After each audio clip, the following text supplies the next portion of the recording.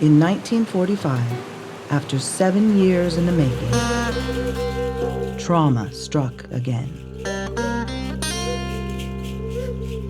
All of the older Indians had allotments around here. Like this little hump right here was Grandma Delia's allotment that stuck up out of the ground here, but it was 160 acres.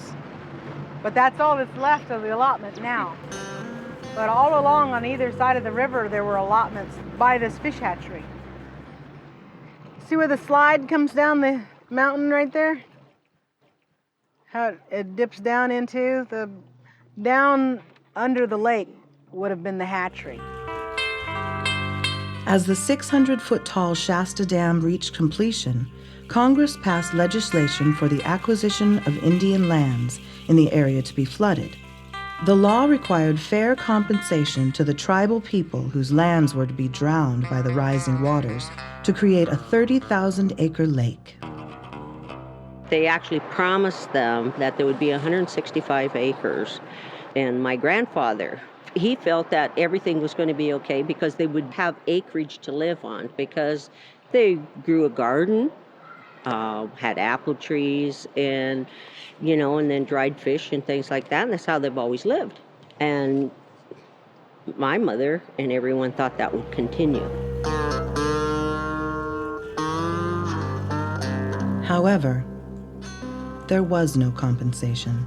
And although the bodies of recently deceased Winnemem were identified and moved to a cemetery, the tribal families were left to fend for themselves.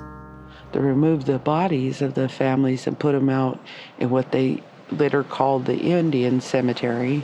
So they moved the dead, but didn't really help remove the living. I was like, you're on your own. They were like misplaced people when they were removed because everything was already gone underwater. My mother had no place to live. I mean, they were just living in a small tent. And then with the baby, there's all of a sudden 5 of them. She didn't have a job. She was used to living off the land because that's all they did was have gardens and fish. It was a real struggle. Trying to figure out where we're going to live, how we're going to live, letting go of living on the river, getting over the heartache and tragedies that had occurred with the elders. Because a lot of elders died on the river rather than to move. The strife was almost comparable to what happened to the salmon. And the McCloud River salmon, returning, ready to spawn, after 4 years in the ocean, swam 300 miles up the river and hit a wall of concrete. There was hundreds of thousands of salmon that would swim up the McCloud. And so below the dam, there would be 100,000 salmon killing themselves trying to swim another 100 miles. The design of the dam included no way for the fish to pass. Instead, planners decided that a fish hatchery could take the place of hundreds of miles of habitat that were being cut off. Is this Grandpa? Yep, Grandma and Grandpa.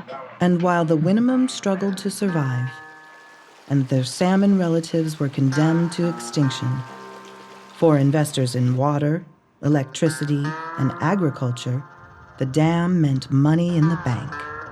The federal government created that water project for the purpose of using that water elsewhere, and the water was shipped away.